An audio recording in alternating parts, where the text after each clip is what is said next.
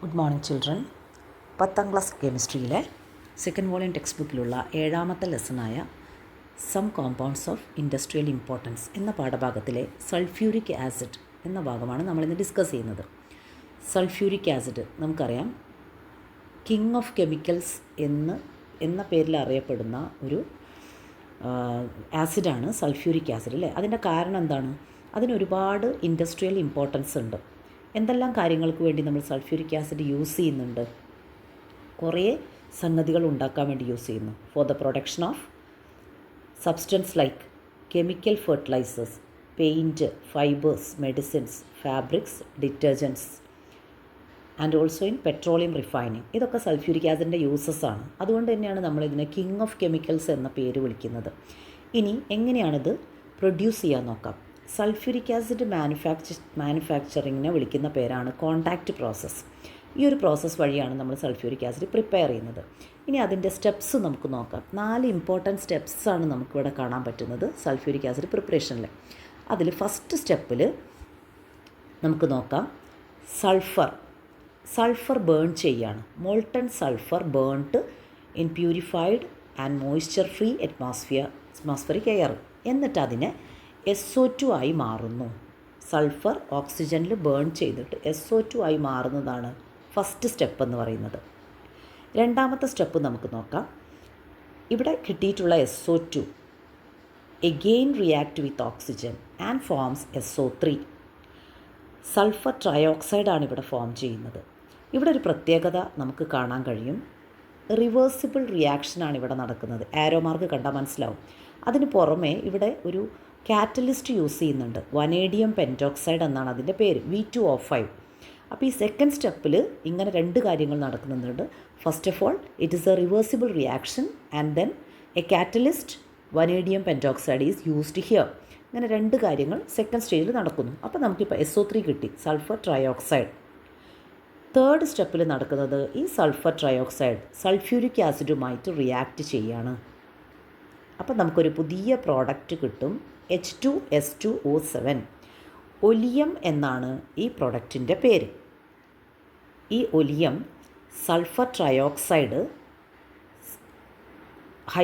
Sulphuric ആസിഡിൽ dissolve ചെയ്യുമ്പോഴാണ് കിട്ടുന്നത്. ഇനി ലാസ്റ്റ് സ്റ്റെപ്പിൽ ഉണ്ടാവുന്നത് ഒലിയം ഡിസോൾവ്ഡ് ഇൻ വാട്ടർ. അപ്പോഴാണ് നമുക്ക് സൾഫ്യൂരിക് ആസിഡ് ഫോർമേഷൻ നടക്കുന്നത്. ഇങ്ങനെ 4 സ്റ്റെപ്പിലാണ് ഈ ഒരു റിയാക്ഷൻ നടക്കുന്നത്. നമുക്ക് നോക്കിയാൽ കാണാൻ പറ്റും 4 ഇമ്പോർട്ടൻറ്റ് സ്റ്റെപ്സാണ് കോണ്ടാക്റ്റ് പ്രോസസ്സിൽ ഉള്ളത്. അവസാനത്തെ പ്രോഡക്റ്റ് സൾഫ്യൂരിക് ആസിഡ്, അതായത് ഒലിയം വാട്ടറിൽ ഡിസോൾവ് ചെയ്യുമ്പോഴാണ് നമുക്ക് സൾഫ്യൂരിക് ആസിഡ് ഫോം ചെയ്യുന്നത്. ഇനി ഇവിടെ വേറൊരു കാര്യം നമ്മൾ ശ്രദ്ധിക്കേണ്ടത്, തേർഡ് സ്റ്റെപ്പിൽ നമുക്ക് കിട്ടുന്ന SO3 അത് വാട്ടറിൽ ഡിസോൾവ് ചെയ്താലും നമുക്ക് സൾഫ്യൂരിക് ആസിഡ് കിട്ടും. പക്ഷെ എന്താണ് അതിൻ്റെ പ്രശ്നം? ഈ സൾഫർ ട്രയോക്സൈഡ് എന്ന് പറയുന്നത് വാട്ടറിൽ ഡിസോൾവ് ചെയ്യുന്നത് ഒരു എക്സോതെർമിക് പ്രോസസ്സാണ്. എക്സോതെർമിക് പ്രോസസ്സ് ആയതുകൊണ്ട് ഇനീഷ്യലി ഫോം ചെയ്യുന്ന ആ പ്രോഡക്റ്റ് ഫോഗ് ലൈക്ക് പാർട്ടിക്കിൾസ് ആയിട്ട് മാറും. അങ്ങനെ ഉണ്ടാവുമ്പോൾ ഫർദർ ഫോർമേഷൻ തടസ്സപ്പെടുത്തും. അതാണ് അതിൻ്റെ ഒരു പ്രശ്നം. ഇവിടെ അതിൻ്റെ ആൻസർ നിങ്ങൾക്ക് കാണാം. അപ്പോൾ എന്താണ് സംഗതി? SO3 ഡയറക്റ്റ് വാട്ടറിലേക്ക് ഒഴിച്ചാലും നമുക്കിവിടെ കിട്ടുന്ന പ്രോഡക്റ്റ് എന്ത് തന്നെയാണ്? H2SO4 നമുക്ക് കിട്ടും. പക്ഷെ അങ്ങനെ ചെയ്യാത്തതിൻ്റെ കാരണം ഈ SO3 വാട്ടറിൽ ഡിസോൾവ് ചെയ്യുന്ന പ്രോസസ്സ് എക്സോതെർമിക് പ്രോസസ്സാണ്. എക്സോതെർമിക് പ്രോസസ്സ് ആയതുകൊണ്ട് തന്നെ ഇനീഷ്യലി ഉണ്ടാവുന്ന sulphuric acid turns in to fog like particles, ഒരു സ്മോഗ് പോലെ ആയി മാറും. അപ്പോൾ വീണ്ടും ഉണ്ടാവുന്ന സൾഫ്യൂരിക് ആസിഡിനെ ഇത് തടസ്സപ്പെടുത്തും, ഇത് ഹിൻഡർ ചെയ്യും. അതുകൊണ്ടാണ് നമ്മൾ എന്ത് ചെയ്യാത്തത്?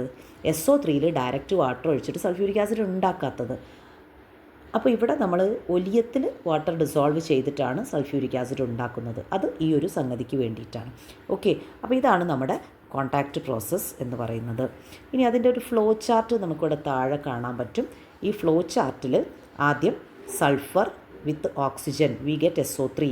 Again SO3 react with oxygen in the presence of V2O5 catalyst. അപ്പോൾ ഇവിടെ ഉണ്ടാകുന്ന പ്രോഡക്റ്റ് A എന്ന് കൊടുത്തിട്ടുണ്ട്. ഇവിടെ എന്താ ഫോം ചെയ്യുന്നത്? ഇവിടെ ഫോം ചെയ്യുന്ന പ്രോഡക്റ്റ് SO3 ആണ് അല്ലേ? SO3 ആണ് എയിൽ ഫോം ചെയ്യുന്ന പ്രോഡക്റ്റ്.